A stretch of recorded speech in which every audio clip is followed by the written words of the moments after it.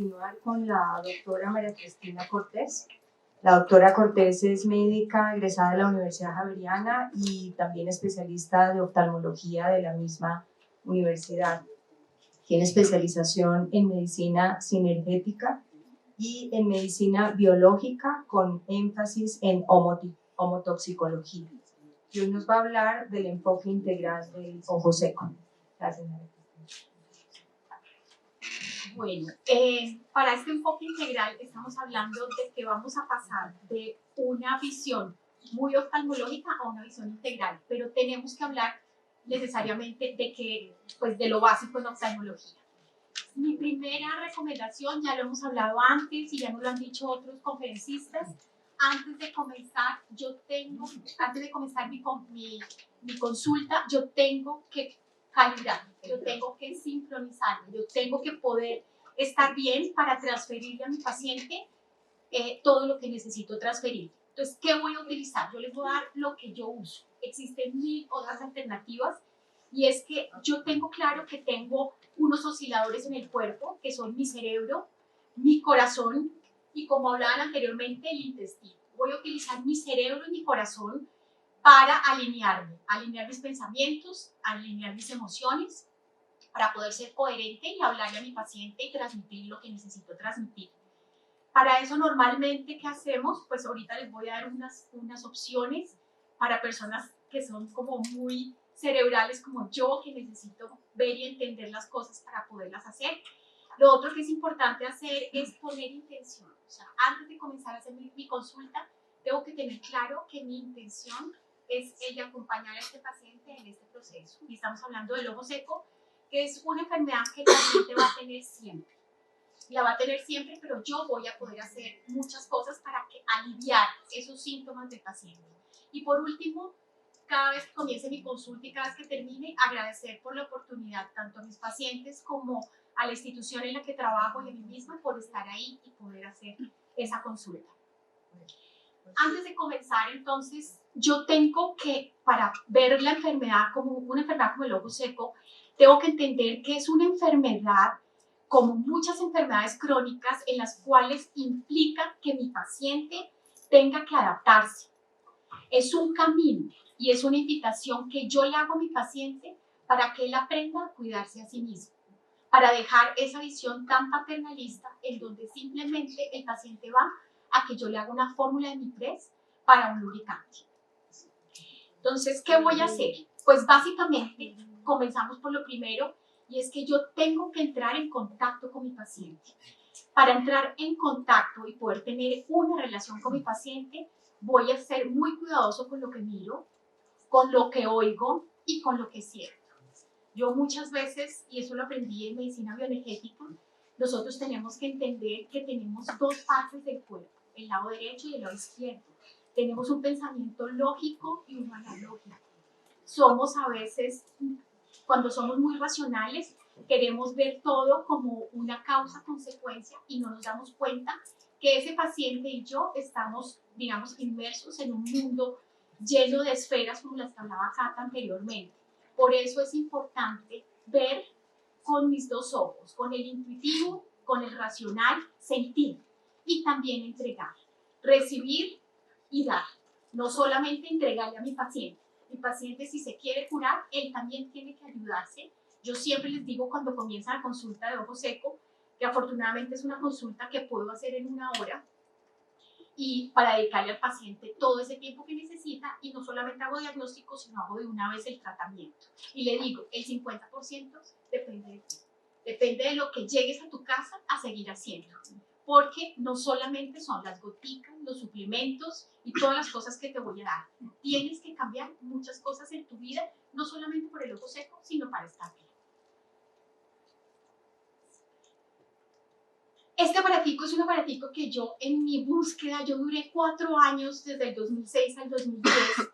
Me retiré de oftalmología en ese momento porque quería buscar otras cosas y básicamente quería poder ofrecer y entender por qué cada vez que llegaba un paciente a mi consultorio, por ejemplo con ojo seco o con otras patologías, yo lo que hacía era cambiarle una gota por otra. ¿No te está sirviendo esto? Ah, entonces te doy esta.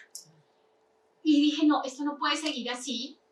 Entonces duré 4 años y dije, me voy a dedicar un tiempo a estudiar medicinas alternativas. Estudié de todo, hice toda clase de cursos, constelaciones familiares, bailes, medicina sintergética, baile sufi, alimentación, de todo, pero yo seguía siendo y sigo siendo muy racional.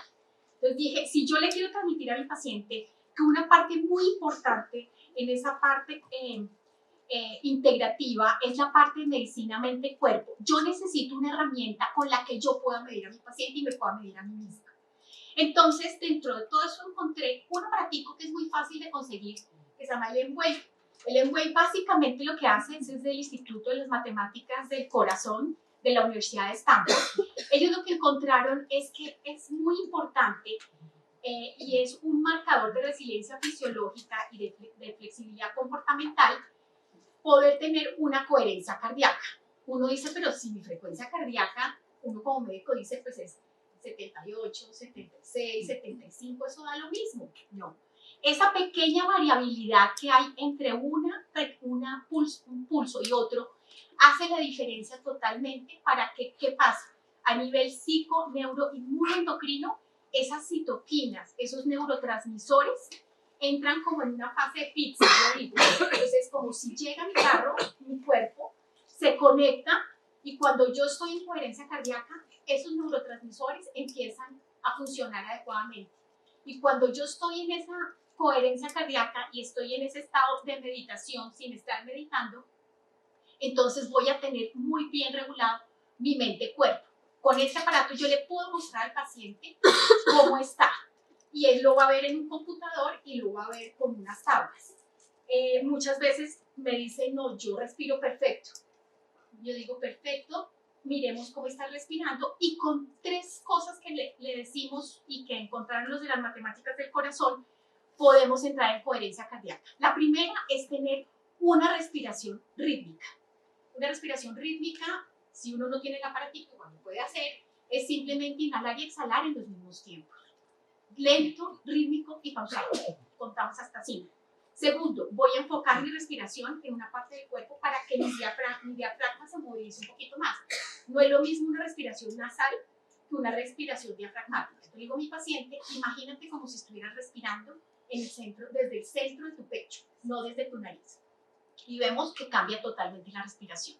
Y lo tercero, y me parece a mí lo más importante, es que cuando respiramos y hacemos esas 2 partes anteriores del ejercicio, le ponemos una intención. Y esa intención es tratar de tener una emoción y un sentimiento mientras hago el ejercicio placentero. Los americanos lo llaman compassion. Para nosotros compasión es como otra cosa diferente. Pero es entrar en ese estado y cualquier cosa que usemos para eso y que nos ayude a evocar ese sentimiento es absolutamente válido. Entonces aquí tenemos todos los que están aquí son oftalmólogos integrativos o si no, no estarían acá. Y digamos que aquí es importante ver que hay una parte de la oftalmología que Juanita Jiménez lo mencionó y dijo, es como la punta del iceberg. Entonces hay una parte que vemos y hay una parte que no necesariamente vemos. Esa parte la podemos complementar con todos estos enfoques de medicina integrativa. Entonces, aquí empezamos a ver diferentes terapias en la medicina alternativa. Obviamente está desde la parte quirúrgica, en mi paciente con ojo seco, tengo que tenerle en cuenta, yo le puedo hacer lo que quiera a un paciente con ojo seco, pero si un paciente necesita alguna de estas alternativas o unos tapones lagrimales o tiene unos párpados floppy y tiene una laxitud muy importante, pues no le voy a ayudar a pesar del spa o las terapias que le vaya a hacer. Hay casos en los que se han ensayado trasplante de glándula lagrimal y también mirar el tema del conjuntivo canario. Tenemos muchos medicamentos, más adelante voy a hablar un poquito de esto. Ya han hablado también bastante del tema nutricional, voy a profundizar un poco más adelante, pero digamos que esto es básico, lo vamos a hablar más adelante, cúrcuma, omega 3, EPA, DHA, etc. En esto me parece importante entender que hay 2 conceptos. Uno, si yo voy desde la medicina basada en la evidencia, ahorita hace poco salió un metaanálisis que dice esto no sirve. Y uno se pone a leer cuál era el enfoque de ese estudio con metaanálisis y cuál es el enfoque también de otros conceptos o en medicinas alternativas se ha usado, y yo pienso que el problema no es el omega 3. Lo importante es que si yo lo uso, lo tengo que usar bien. Y es lo que yo le digo, pues digamos, a las personas que trabajan conmigo, y es, miremos los suplementos que nos está vendiendo el mercado, miremos lo que tienen y miremos si realmente tienen las dosis que se necesitan. Si yo voy a dar omega 3, por lo menos que sea un omega 3, que sea en forma de triglicérido, importantísimo, no es lo mismo un omega 3 en otra forma porque mi cuerpo no lo va a absorber bien. Segundo, no puede ser menos de 1200 miligramos porque no va a servir para nada. Y tercero, si mi paciente tiene un trastorno de absorción porque tiene una gastritis, un reflujo o tiene un colon irritable, eso no se va a absorber. Entonces yo debería tratar primero ese otro tipo de cosas. Tenemos que tener en cuenta los hábitos saludables, ya pues han hablado ampliamente del tema. Esta parte de Mind and Body me parece importantísimo. Yo a veces pienso que es lo primordial. Nosotros tenemos la capacidad de sanarnos y tenemos la capacidad de enfermarnos.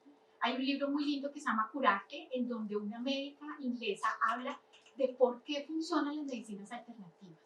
Y en gran parte es porque lo que contaba Cata, o sea, esa cercanía con mi paciente en el que yo le puedo transmitir y empoderarlo para mejorarse, muchas veces es un efecto placebo, que sabemos que el efecto placebo es un efecto del 40%.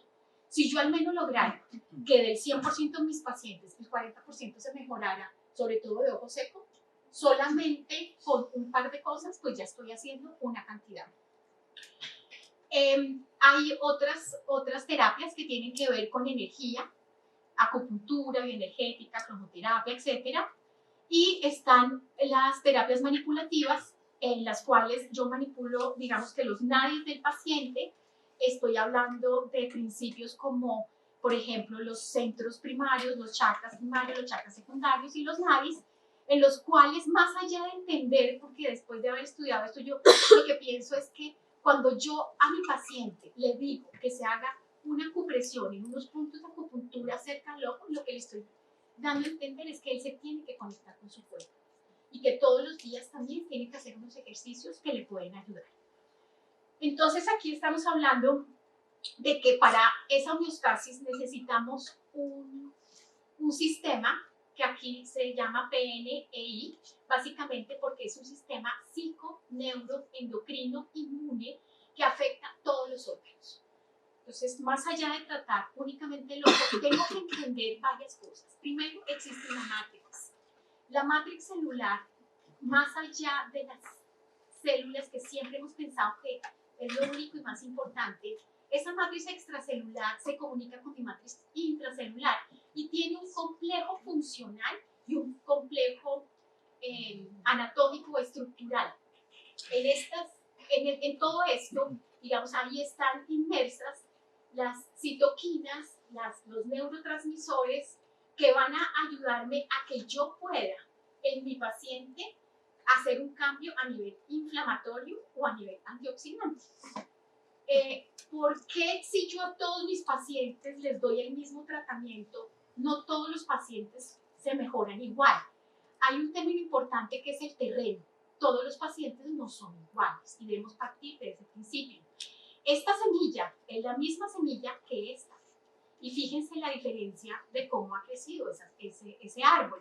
Entonces existen unos factores epigenéticos. ¿Qué significa eso? Nosotros tenemos un DNA con doble cadena, con unos extrones y unos intrones, pero para que ese DNA se replique necesita unas histonas. Esas histonas son unas proteínas que son muy sensibles a todas esas cosas del medio ambiente, radiación, alimentación, etcétera, que pueden hacer que una persona que tiene una predisposición termine haciendo una enfermedad o lo contrario.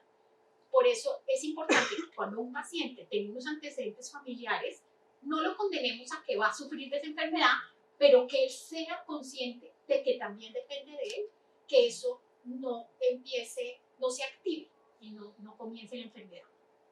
Esta parte que ya le expliqué de la psiconeuroinmunoendocrino, cada sistema es diferente y obviamente todo esto está modulado por las emociones. Entonces, hablar de ojos secos sin hablar de esto me parece un poco irresponsable y es muy importante porque se han hecho unos trabajos muy profundos al tema. Ahorita, digamos que de guías y algoritmos tenemos en el 2006 el estudio Delphi, en el 2011 el primer workshop de disfunción de glándulas de meiomio, en el 2017 el tifos y el USE2, pues ellos lo que hicieron fue que crearon una sociedad muy importante de diferentes países, de expertos en ojo seco y de superficie ocular y lágrima, y sacaron una cantidad de workshops diferentes en cuanto a diagnóstico, tratamiento, etcétera, que es bastante complejo y me parece que es bastante integral porque habla, digamos, de todo. Entonces, esto es muy importante tenerlo. También ya está la guía, esta guía, pues había una guía de ojo seco anterior a esta, ahorita tenemos una del 2018, un PPP, un Preference Practice Pattern de los de la Academia Americana de Oftalmología, que vale la pena también revisarla.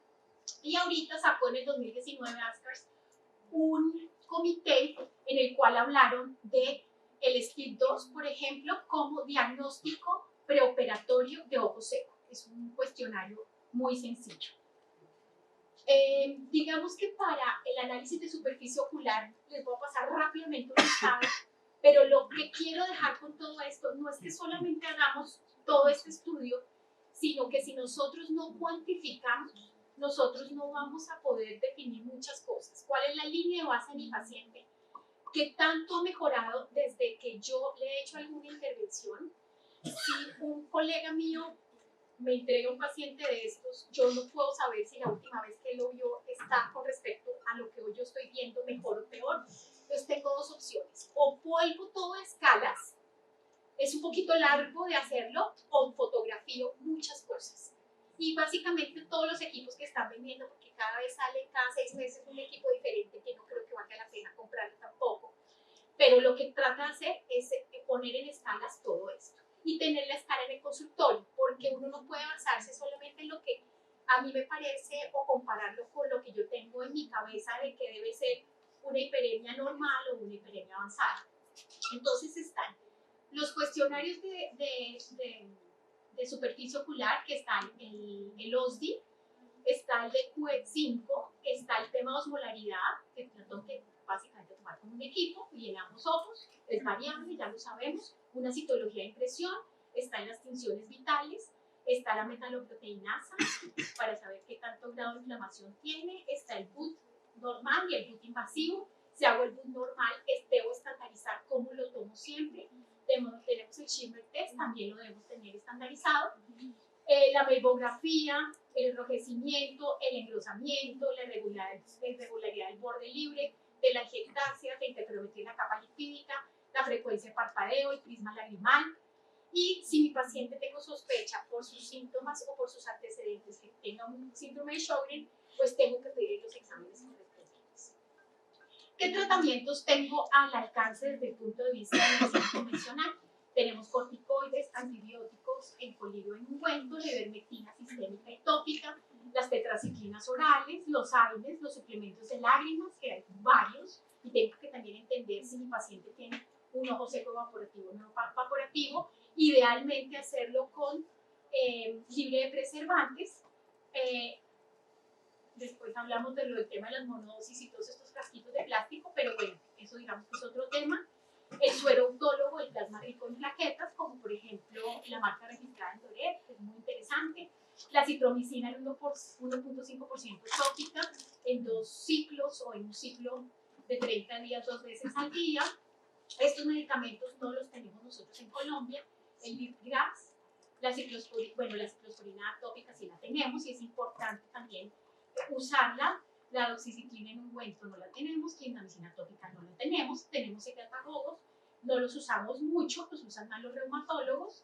El Dapsone, la N-acetilcisteína, que viene tanto en ampolla como en sobrecitos, el Fluimucil tiene N-acetilcisteína. Y existen otros medicamentos que están en estudio que muy pronto me imagino que llegan a nuestra literatura. Entonces, aquí en medicina regulación funcional tenemos los aceites esenciales. Ahorita les voy a hablar cómo los uso yo. para hacer un tratamiento alternativo de la parte de virus, bacterias y hongos, a lo mismo que el Demodex, los probióticos que nos va a hablar Cata más adelante, la homotoxicología con énfasis en medicina y regulación, también voy a hablar algo de esto ya hablamos en cuanto al omega 3. También hablar de que hay algunos casos en los que tengo que mirar el tema de andrógenos, que tengo que mirar el tema de progesterona. Existen, por ejemplo, la pueraria merítica en mis pacientes que tienen menopausia o premenopausia, que les puede ayudar bastante con los síntomas.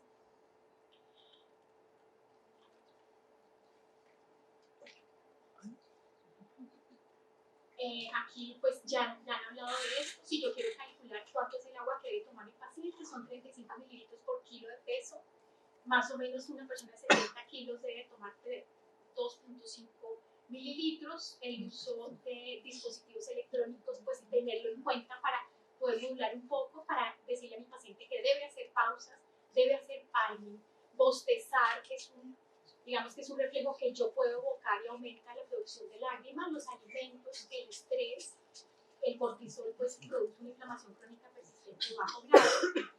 Tengo que cambiar la digestión de mi paciente, ejercicio, medicación, pausas. Aquí están, pues digamos, esto ya nos lo explicaron. Aquí hablo un poquito del Demodex.